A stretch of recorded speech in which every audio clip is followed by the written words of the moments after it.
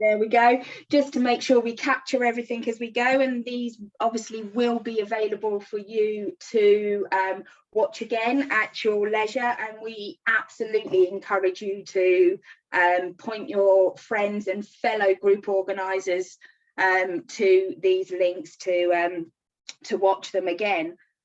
Just a bit of housekeeping ahead of this. I know we're all very, very much used to this now, but if we could ask you to remain on mute while the presentations are happening. We will do a Q&A session at the end, but also please do use the chat box at the bottom there as we go. And it's just my pleasure to welcome you all here today. We have spent the week going really across the country, visiting some fantastic places, but I am really, really pleased and thrilled to actually end our whistle stop tour, if you like, with Visit Richmond and the team and everything they have to offer. And this sits particularly well with the fact that obviously Visit Richmond are our hosts for this year's excursions exhibition taking place in Twickenham on the 19th of March. So everything you hear and see about today, you can actually put into practice very, very soon with your trip to excursions. So without further ado, I will hand you over to Angela and the team, and they will talk you through everything. Angela, over to you. Thank you, Fran, and hello everybody. Welcome. It's a fantastic Friday afternoon. Thank you. And yes, as Fran was alluding to, yes, we've definitely saved the best for last. So thank you for that. Just to say that we're very excited to look forward and to seeing you on the 19th of March. We'll be on stand L2, and we've got some bodacious babes who are with us today. We've got Marble Hill House, we've got the Poppy Factory, and we've also got Strawberry Hill House, who were just giving you a little flavour of what to expect at the show. I'm sure that you're aware that on the Excursions website, you can actually join a weekend of fun and frivolity, starting on the Friday, the 18th of March, which includes the Saturday excursions, as well as we'll be taking you on a tour up the borough. So with no further ado, we're going to start the presentation. If you have any questions throughout, please, if you don't mind, putting them in the chat. Alternatively, what you could do is at the end, we can raise your hands and then we can go from there. So as we were saying, Visit Richmond, we're actually focusing on the hidden gems. We're very lucky and fortunate that we are home to Kew Gardens, Hampton Court, Ham House and Gardens. And I thought it'd be quite useful if we had a look at the map of Richmond upon Thames, which is amazing. And you will be able to see from the map, which is coming up, that 80% of the borough is absolutely open green space. And we're home to the largest Royal Park, being Richmond Park, the second largest being Bushy Park. We've also got 21 miles of the River Thames, and we're actually the only borough in London to be both north and south of the River Thames. But what we're going to do is we're going to hand you over to beautiful Bethan, but before we do, we're just going to show you all our contact details. So there we go. There's my shoe size, my hair color. I don't know about my weight, but there it is. So yeah, so the email address, telephone number, website, Facebook, Twitter, Instagram as well. So please do keep in contact. But with no further ado, we're going to hand over to beautiful Bethan, vivacious Val from Strawberry Hill House. Then we've got magnificent Maureen from Marble Hill House, amazing Alice, and then you're going to come back to me. So with no further ado, I'm going to woof away. Please make sure that you've got your cup of tea or coffee at the Poppy Factory. There we go. And here we go. Thank you so much. Thank you very much, Angela, and good afternoon, everyone. My name's Bethan, as Angela said, and I'm the Marketing and Communications Manager at Strawberry Hill House. And I'll be leading the first part of the presentation, and the second part you'll meet my colleague Valerie, and she runs the tours and events at Strawberry Hill House. So Strawberry Hill House and Garden has been open to visitors for over 250 years. Created by Horace Walpole in the 18th century, Strawberry Hill is internationally famous as Britain's finest example of domestic Georgian Gothic revival architecture. Conceived as an ancestral castle, the house was built with the help of friends, including amateur architect John Shute, as well as professional architects, including Robert Adam. Walpole succeeded beyond measure in creating the enchanting Strawberry Hill house, inspiration for the first ever Gothic novel, The Castle of Otranto. So now I'd like to share the short film exploring Horace Walpole's Little Gothic Castle. Next slide, please, Val. And then hopefully you can click play.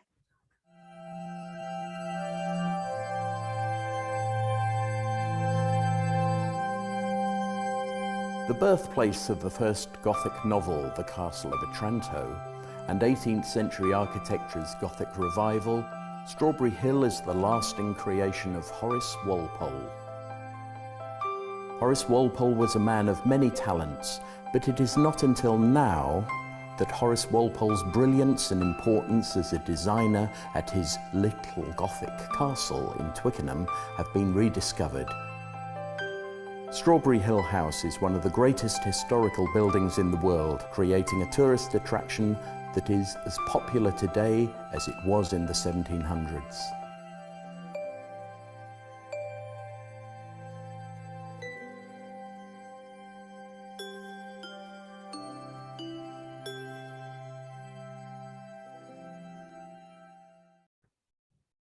Great, so next slide, please, Val. So I hope you enjoyed that short film showing just some of the incredible rooms and spaces within the house and garden at Strawberry Hill, which make it such a special place to visit and indeed work. In Walpole's time, Strawberry Hill's proximity to central London and its spectacular collections made it a popular visitor attraction. Now managed by a small dedicated team and supported by a brilliant group of volunteers, today the house welcomes over 25,000 visitors annually. Following a £9 million restoration, Strawberry Hill opened to the public in 2010, and today visitors have the opportunity to follow in historic footsteps and explore this award-winning house. So if we can go to the next slide, Val, we're just going to have a look at some of the feature rooms in the house. You can see the gallery here. The gallery is one of the showpieces of the house, and this magnificent room was completed in 1763 for the display of Walpole's pictures and for the purpose of entertaining. And it was this room which inspired Walpole to make his famous admission, "I begin to be ashamed of my own magnificence." And returned last year, you can see on the right here, after 247 years, a group portrait of Catherine de Medici with her children, which was first bought by Horace Walpole and returned thanks to the acceptance in lieu scheme administered by the Arts Council.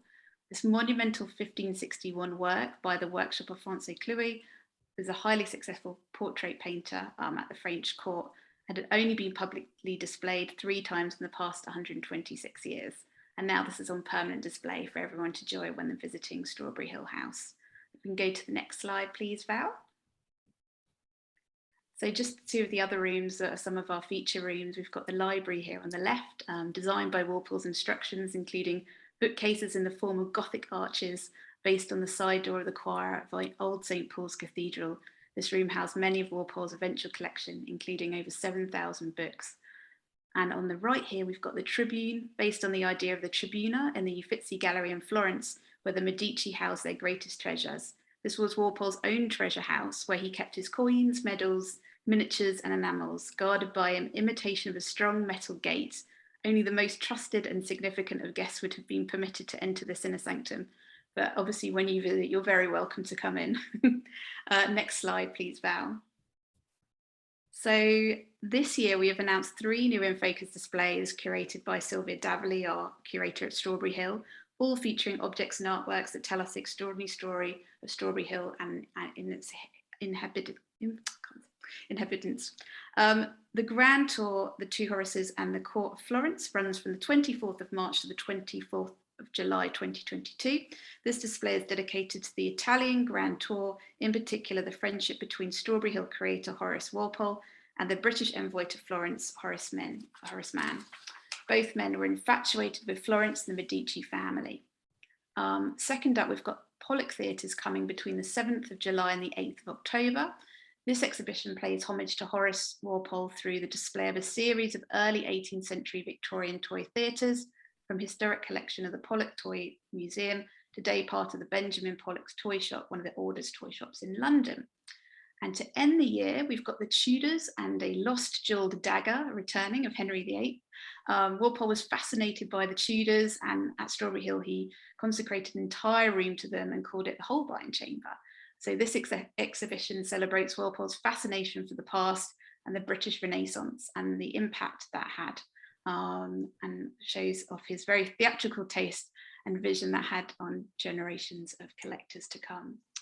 So now I'd like to pass over to our tours manager, Valerie. Thank you very much.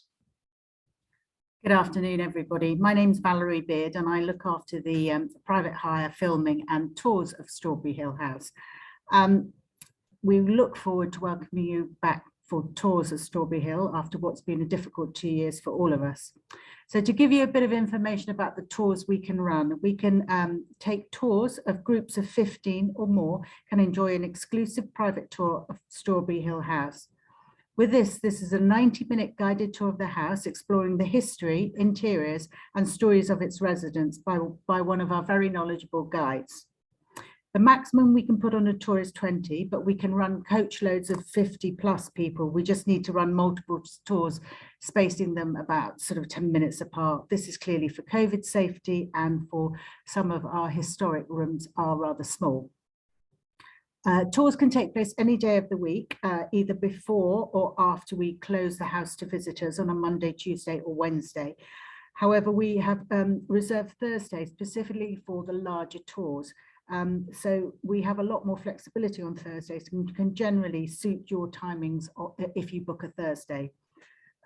As Beth has already mentioned, we have small objects in focus exhibitions in the house, which will be incorporated into any guided tour.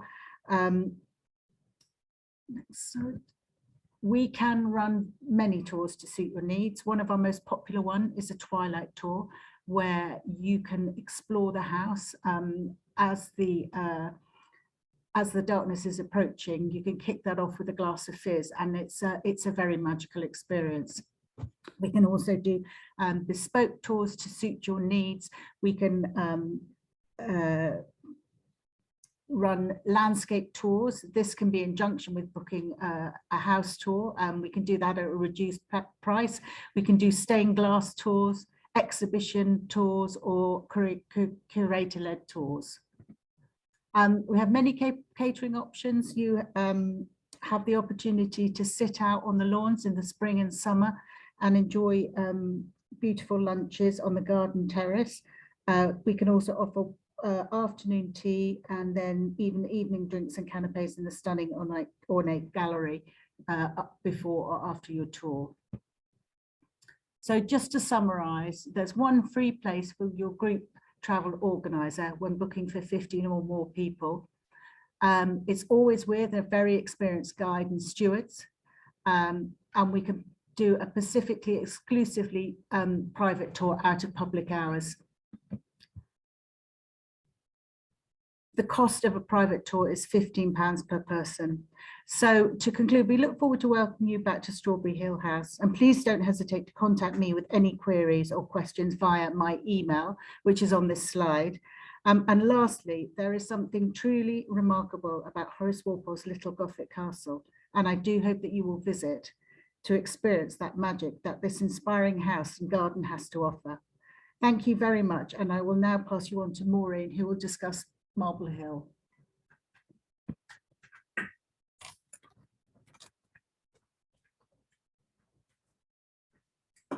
Lovely, thank you so much, Valerie, that was great. So my name is Maureen Coyle. I'm the property manager at Marble Hill. Today the park at Marble Hill is a really popular local amenity. It's very survival as a green space is extraordinary in this busy popular corner of London, and it was in fact saved from becoming a housing estate following a public campaign in the early 1900s. It's a beautiful Palladian villa. It overlooks plain fields and lawns, sitting within a landscape almost exactly the same boundaries as it had at the end of the lifetime of its most famous owner. So here she is, Henrietta Howard. Henrietta was actually a very good friend of Horace Walpole later in her life. They shared many a conversation at Marble Hill, and Horace was actually one of the last people to see Henrietta alive. And this painting that you see on the screen at the moment once hung at Strawberry Hill. So it's wonderful today that we're still sharing the stories of their friendship in both of their homes. So who was Henrietta Howard, you might ask? She was later the Countess of Suffolk and was part of Georgian court society. She's probably best known as being the mistress of George II and a member of an elite circle of intellectual and cultural political friends. She was an absolutely remarkable woman in her own right and has a fascinating history to tell.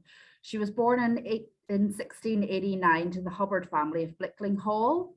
She had a titled and respected family. However, both of her parents died at a very early age and she was left in really difficult circumstances. She married Charles Howard in 1706 in an attempt to better her life, but unfortunately, there are no good things that can be said about Charles Howard. He was a drunken gambler and left Henrietta fearing for her life, really. So before long, she was penniless with no family left to turn to. But Henrietta, the remarkable woman that she was, did not give in to these circumstances. She raised funds to travel with her husband to Hanover, the home of the future kings and queens of England, and they would inherit the British crown. This decision to travel really did pay off, and she returned to England with the royal party as woman of the bedchamber to the Princess of Wales. In the early years of court life, Henrietta became the mistress of the Prince of Wales, later George II. And this position really offered Henrietta a route out of poverty and a degree of protection from her husband and some independence as well. She created Marble Hill House in the 1720s as a retreat from court life and a place to entertain this close circle of friends like Alexander Pope, Horace Walpole, who we've mentioned, and Jonathan Swift as well. So this is a photograph of Marble Hill today. A day out at Marble Hill is a real treat. It's a beautiful Palladian villa set within 66 acres of parkland. We're right beside the river as well, just near Richmond. It is the last complete survivor of the elegant 18th century villas, which bordered the Thames between Richmond and Hampton Court. It's a very unusual property in that it was built for and by a woman in the Georgian era, and architectural fans will really appreciate the beautiful Palladian design. It is one of the best places to get a sense of Georgian fashionable life and tells the incredible story of its owner, Henrietta Howard. So English Heritage have invested £8 million into the property. We are planning on opening this spring, which is really exciting. We've been closed for 3 years now, so we've invested hugely into the site to help bring it back to life and really tell that amazing story of Henrietta Howard. And we're really, really excited to see the doors finally open this spring. Following the project works, the house is going to be presented as Henrietta's home, so people really get that warm sense of her life when you come in the door. We want to tell a story about her social circle and her development of the house as well. And the interpretation will be led through soundscapes as well as information boards and guides. We've also been doing amazing work in the grounds of Marble Hill. So if any of you have visited the parkland before, you'll see that it's really transformed. We've got some amazing newly restored gardens for the visitors to experience and admire the original 18th century landscape. And we've also improved the facilities greatly across the park. So improving toilet facilities, parking, and it really does make a great day out for your group. So the interiors of Marble Hill, part of the project was to completely restore the inside of the house and also reinterpret it. The interiors of Henrietta's home were furnished in the latest fashion with the chinoiserie lacquer furniture and blue and white porcelain porcelain that became popular throughout the ages. Just to give you a flavour of some of the items that you'll see inside the house when you come in springtime. You've got some images here. On the left, you can see one of the paninis. So during the project, our conservation team have been doing a huge amount of work on the paintings and the collection that we've found. And they actually found new aspects of the paninis from cleaning them that we've never have been visible before, which is really exciting. They've also done a huge amount of paint research throughout the whole building, and that's really helped us with the redecoration scheme. So it really does bring the home of Henrietta to life. And then again, we're really lucky. On the right-hand side, you can see the Chinese lacquer screen, and that's an original to Marble Hill. So when visitors come through the door now, they'll really get a sense of what it was like to live in Georgian life at Marble Hill. These two photographs are some of my favorites. On the left, you can see the dressing room pre-project works. And on the right is an artist's interpretation of what it's going to look like. I would love to show you a photograph of what it's like today, but I'm not allowed. You have to come and see it for yourselves. But it is absolutely spectacular, and we're really excited to allow our visitors back in. I promise you it will be worth the wait. So I mentioned we did a huge amount of work in the landscape as well. And on your screen, you can see an artist's impression of what the woodland quarters is going to look like. And below is the first bloom that we had last season, so last April. And this season coming, it's going to be absolutely bursting with flowers. All of the new serpentine paths that we've put in and the beautiful choice of flowers as well really bring that area to life. I think these photographs really demonstrate what a change in the visitor experience will be. On the top right hand side, you can see the woodland quarters that were completely inaccessible. And then we've got our volunteers who were planting back in November. And the larger photo on the right is from last spring. But when visitors come with their groups, they'll be able to access these areas for the first time, sit down, have a picnic, and have a really amazing day at Marble Hill, which we're really looking forward to. So we are really looking forward to welcoming groups back to the house for a chance to explore the beautiful 18th century villa. By joining a tour of the house, visitors will be able to gain a fascinating glimpse into the life of Henrietta through the lens of her collection and the architecture of the house as well. And we're also offering tours of the newly restored gardens, or groups can enjoy a combination of both.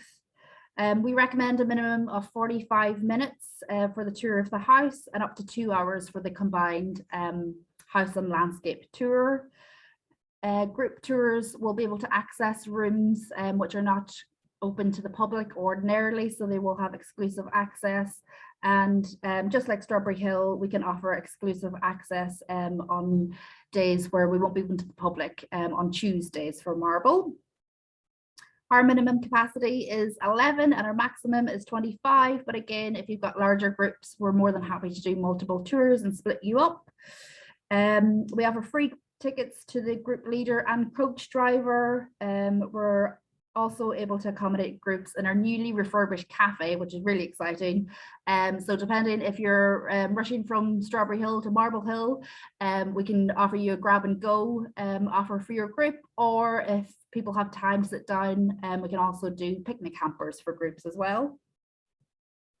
We have blue badge parking, and disabled visitors can be dropped off at the house. We have coach parking, just a short drive away from the park. I haven't mentioned the new access that we're providing both inside the house and around the grounds as well, but it's hugely improved the facilities. So we have a lift to the first floor of the house, which is really exciting for the first time.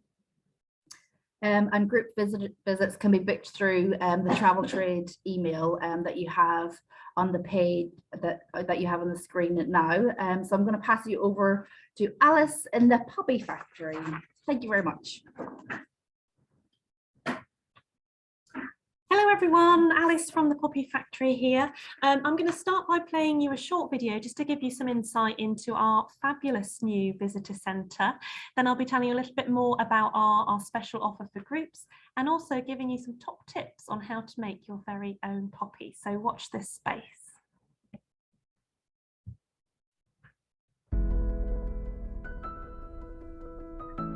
Come and visit us here at the Poppy Factory in Richmond, where we're bringing 100 years of history to life at our all-new visitor centre. Book a private visit with one of our expert hosts. You'll see how our veterans still make remembrance wreaths by hand today, and you can get involved and make your own poppy too. Since 1922, veterans with health conditions have been supported into employment by the Poppy Factory. Our charity was established by Major George Howson. His vision was to employ soldiers who had been wounded and disabled during the First World War to make remembrance poppies. Within a few years, hundreds of veterans came to work at our factory producing remembrance products for the Royal British Legion. By 1928, over 270 veterans of all ages were working at the factory in Richmond, and flats were built on the estate for the workers and their families. Machines like this vein press were adapted for all workers to be able to operate. A pattern of veins was pressed into the fabric petals to make them look more realistic. Men would cut the poppy petals from silk and cotton. Broom bristles were cut to size and the ends were dipped in sawdust to create the stamens. Wreaths were traditionally made using dried foliage and silk poppies. All the remembrance wreaths that you see around the world, including those laid by the royal family, are still made by hand here at the Poppy Factory. Throughout our history, we have continued to build a supportive environment for veterans with physical and mental health conditions, developing a strong understanding of the complex challenges that they may face. Today, our support reaches far beyond the factory into communities across England and Wales, helping ex-forces job seekers on their journey into all kinds of employment. Each year, we help hundreds of veterans with a mental or physical condition to thrive in the workplace, wherever they are based. By booking tickets to visit the Poppy Factory, you can support the Armed Forces community and help transform veterans' lives.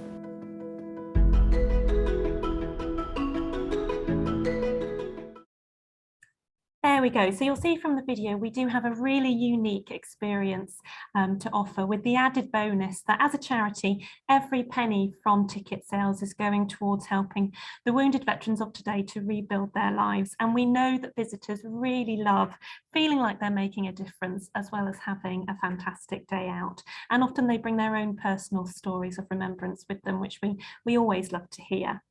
Now, in our beautiful and fully accessible new visitor centre, we offer private group visits to 25 to 50 people at a time, so we can accommodate full coach parties, which we know is a bonus for some travel organisers.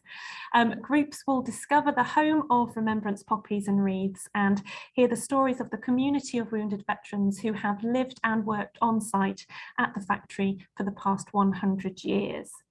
Our veterans from our production team today will demonstrate how royal and regimental wreaths are made by hand, and all of our visitors will also get their own chance to make a wreath and also to have a go at making their own poppy. And like I say, I've got some top tips to give you guys a step ahead for when you come to visit us very soon. Our delicious factory tea break, which is served by our veteran baristas with fresh cakes made by our in-house bakers, have been super popular. We've got Simon, one of our veterans, who is an ex-army chef and used to work at Harrods in catering. He's back in the kitchen and he is in his element, really enjoying serving our visitors with their delicious refreshments. And visitors can also purchase some souvenirs from our lovely shop to take something special home with them. And, you know, it's our centenary year this year, so it's a really extra special time to come and visit the Poppy Factory. We also have a very special relationship with the royal family. Our patron, the Duchess of Cornwall, came to visit us just before Christmas to see our new centre and to meet our veterans. So why not arrange a visit around the Queen's Platinum Jubilee in our centenary year? This also fits in really well with Armed Forces Month, so I do really recommend getting in booked soon, because we know that June and July are going to be our very busy period. Now, in terms of arranging your visit, we are, as I say, open to private group visits of 25 to 50 people at a time with our expert hosts. We are open year-round, Monday to Friday, and we have slots at 10:30, 12:30 and 3 o'clock. But if you have a specific plan for the day, we can flex those times slightly. So do just let us know and we can see what we can do. We have a super easy online booking system with a reservation option, because we know sometimes it takes a little while to get people signed up to visits. So there's plenty of time for you to be able to reserve your slot and sort that out. And we can also arrange block bookings as well. And I'm the person that you'll be speaking to on the phone. So if you've got any questions or if you want to arrange anything special, do just give us a call and we'll definitely be able to help. As I said, we've got our factory tea break on site, but we've also partnered with another local charity, the Vineyard Cafe, who are 2 minutes walk away. So for groups who are coming from a bit further away and would like a fuller lunch option, we can link you up with them to arrange that before or after your visit. Visits, we suggest 90 minutes per visit or 120 minutes for larger groups. But like I say, we can be flexible. And you'll see from the video, we've got a fully accessible, spacious and well ventilated venue. Our new visitor centre has been designed bearing in mind that a lot of our veterans have mobility challenges. So it's definitely a smooth journey throughout the centre for people who are more challenged in that way. We are offering an exhibition treasure hunt, which is available to our younger visitors. So we've had lots of fun recently with brownie groups and scouts and cadets and schools. And in terms of our location, we are just 5 minutes walk from the riverside, 15 minutes to Richmond Park, 15 minutes to Richmond Station, and there's a public bus stop immediately just outside the factory. In terms of coach parties, we recommend that coaches drop off the group at the factory in our car park, and then we have coach parking just around the corner. And of course, we can offer free entry for coach drivers as well. Also worth saying that we are, of course, very close to Marble Hill and Strawberry Hill House. So if anybody wants to book a joint visit to our venues, then we can certainly arrange that as well. We've had some terrific feedback from some of the groups that have visited recently. We often get groups from the U3A, from the WI. We've had regiments come to visit, school groups. We even had a group of Harley Davidson motorcyclists come to visit us recently, which was quite exciting. Our veterans definitely enjoyed that, and we could hear them coming from a mile off. But yes, we're open to all sorts of different groups, so do get in touch if you want to find out more. Now, I did promise to leave you with some top tips for making a poppy. So I am just going to stop sharing now so you can see me a little bit better. Now, you'll know that the poppy has 4 parts. We have the poppy stem, the leaf, the petal, and the black button. And importantly, at the poppy factory, we also have our block. So this block was designed by our founder back in 1922. Because back then we had 300 veterans working in the factory, missing 277 limbs. Also, I learned recently that the vast majority of the veterans that we employed back then were suffering with respiratory conditions, and that was because most of them had been involved in the chlorine gas attack in the Battle of Ypres in 1915. And so that's why actually our founder decided to build the factory here in Richmond, because we're so close to the river, so close to the park, really lovely fresh air, and much better than the crowded streets of London where we were originally based down in Bermondsey. Now, back to the block. So the block was designed because our founder was an expert in ergonomics back in his day, and he wanted to ensure that anybody, even if they only had the use of one arm, would still be able to make a poppy, would still be able to be employed, and would still be able to support their family. Now, the poppy itself is, of course, a super important symbol of remembrance. It helps to raise vital funds for the wonderful work that's carried out by the Royal British Legion, who are in fact a separate charity to us. But historically, it has also provided an important source of employment for wounded veterans.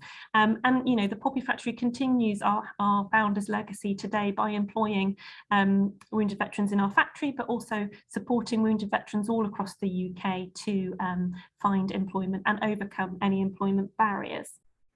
Now, in terms of poppy making, it's all about methodical movements. If you're getting in a sweat and flustery, then you're doing it wrong. You just need to do it nice and calmly. We are very hot on quality control here at the Poppy Factory, and you'll be surprised how many people get the leaf and the petal the wrong way around when they're rushing. So do be careful. And the idea is that you use the block, you just pop the bits one on top of the other, and it all slots together, and that's how we have our poppy. Now, the fastest ever poppy maker we've had is a lady who made 9 poppies in 1 minute, which is incredible. And she was a little bit ambidextrous, to be fair. But 3 poppies a minute is the average score. And of course, we do challenge our visitors to have a go and make as many as they can in a minute. We also encourage them to have a go making a poppy just with one arm, just as a nod to those veterans who we originally recruited back in 1922. Now, lastly, people always ask me where the leaf should go. Should it go at 11 o'clock? Well, we say that the only rule with the poppy is that you wear your poppy with pride. So on that note, we really, really look forward to welcoming you all to the Poppy Factory. And I'm going to hand back now to Angela. Thank you. And that was absolutely amazing. And thank you, Alice. It was absolutely amazing. And just the history and the heritage that we have in Richmond upon Thames, I'm sure that you will agree, is absolutely incredible. Now, in the last few moments that we have, Fran and Jane, are there any questions? And I'm just looking at the chat box, and in fact, there are no questions. So would anybody like to raise their hands, or would they like to say anything? Because we can't wait to see you, to meet you, to greet you, and to say hello. So there's absolutely no hands. Nobody wants to ask any questions. I have a question, Angela, which I don't know if this is cheating or not, it coming from me. Give everyone time to think or type away if they do have questions. But I'm just wondering how easy for groups it is to kind of pull your itinerary together in your area. Is there a lot of travelling involved? Obviously, you're in the kind of outskirts of London, so is it very congested? How does that work in pulling an itinerary together? No, so that's an excellent question. So the itinerary that we've set up for the 18th and 19th of March, all the attractions are within close proximity. The one that is, if you went by road, which is from Marble Hill House to Ham House, is quite lengthy. But there's actually a ferry, and forgive my accent, so it's a boat that we're going to be taking, which actually goes across the protected view, and it's absolutely delightful. It's been in the family for generations, and there's a young man that's going to row us across, so do come on our weekend of the Visit Richmond tour. And then we're going to be going over to Ham House. So yes, close proximity, plenty of coach parking. As all my bodacious babes have said, that we work really closely with one another to ensure that you have a fantastic visit to Richmond upon Thames. Just to say that we also have an information kiosk at Richmond Station, which is open 7 days a week. During the winter months, it's open from 10 till 2. And then during the summer months, it's open from 10 till 4. So yes, please do ask. You've got all my details as well, and we look forward to seeing you on stand L2. And thank you, Margaret, for turning on your camera, and Kevin. Yes, thank you as well. So I've got 2 humans, which is wonderful. Everybody else is dots, so we're not too sure. So yes, it's. I'll join in the conversation if you like. Oh yeah, please do. No, absolutely, because otherwise it's a bit disconcerting. I found it very interesting. Oh, sorry. Yes. So yes, but if there are any other questions, I'm just mindful that we've got 6 minutes, and I'm a stickler for time. So yes, and I think not that Fran and Jane said that they were just going to say thank you very much and goodbye, but yes, we do have a look at the Visit Richmond website. We've got a fantastic YouTube channel where you can actually get a flavour of all the different attractions. So we also home to Kew Palace, which of course was home of King George III and Queen Charlotte. We also home to the London Wetlands Centre, which of course today is the National Bird Watchers Day. So there are going to be loads of people out there busy looking for loads of their birds. Not that I have any idea of the feathered kind, but there we go. And then of course we've got all the boat services that are starting, which is absolutely incredible. So you can go from Richmond all the way down to Hampton Court. It does take about 2.5 hours. There's a bar on board, and it's great. And you can actually hop on and hop off. So you can go all the way to like Kew Pier, you can get to Kew Gardens, and that's a great experience. Yes, Margaret, do you have any questions? You're on mute. Oh, no, sorry, I switched it off because somebody came into the room. So, no, but we're very interested in the coffee factory and the other two houses. Yes. So, yes, that would be good to visit. That's excellent. Thank you. And Kevin, thank you for putting your picture on. It's lovely to see you. Do you have any questions? No, I mean, we deal with international students and particularly Asians. So some of the architecture in the rooms, they like that sort of thing. That's probably more appropriate for them. And I don't know whether you're aware, but we actually twinned with Constance in Germany, Fontainebleau in France, and Richmond, Virginia in the United States of America. So there's a lot of history and heritage there as well. So yes, we would love to have international students. I can only speak Afrikaans because of course I'm South African, but I'm sure that somebody else could speak other languages as well. Well, we deal a lot with China, Thailand, Vietnam, Kazakhstan. Oh, wow. Turkey, Brazil. Oh, fabulous. Oh, I can't wait. I'm very good at charades. That's as good as it gets.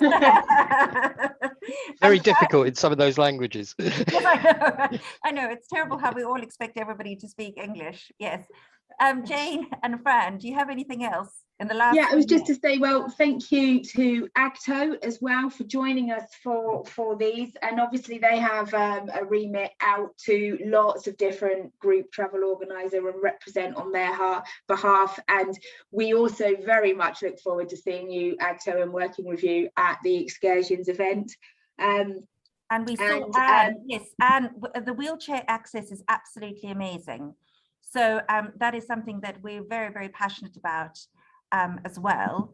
And most of the attractions, in fact, all the attractions now, because Marble Hill House, you weren't able to get to this, the second floor, but as magnificent Maureen said, there's now a lift, which I've actually used personally behind the scenes, and I can tell you that it does work. So yes, so do come down. And there's something for everybody from any age group and anybody that, you know, there's such a wealth of things to do in Richmond upon Thames. So thank you. And I suppose the last thing that we can say is have a fabulous weekend. Please take care. We're now saying goodbye to January, only a few more weeks, and then we will see you in March, being the 19th of March. The stand number again is L2. Please do give us a call or email us at info@visitrichmond.co.uk if there's anything that we can help you with. But otherwise, it's been a pleasure. Thank you for spending time with us, and we will see you soon. And I'll just jump in on the end there, Angela, and just thank you all once again. Most of you have been with us all week, and yeah, you've been around the country with us. We've been pleased to show you this, and you know, we didn't want January to pass without a nod to the original date for excursions, and my thanks to everyone, all the teams around the country who have provided the knowledge and supported these virtual fam trips. We're really pleased to present that to you all. We really look forward to seeing you at excursions. We're so pleased to be actually able to hold something physically and welcome you all, so we're very excited about that. As Angela mentioned, there is still, it's limited, but there is still a few spaces left on the fam trip. Yes. And encourage you all, if you want to come and experience all of this that you've just heard about, the fam trip is bookable online, but we'll happily answer any of your questions and facilitate you joining us for that. And yes, thank you ever so much. Enjoy a wonderful, what looks like maybe sunny weekend. and we It's very all much. sunny in Richmond. Is it not? I've got sun. I'm just holding my nose because I'm laughing. I have sun. Yes, Obviously, when you guys visit, I just hope it doesn't rain now in March. Yeah. I'll never let it down. So no, thank you everyone. Enjoy your time and very much look forward to seeing you all on the 19th of March, if not sooner. Take care, everybody. Take care. Thank you. Thank you. Bye. Bye.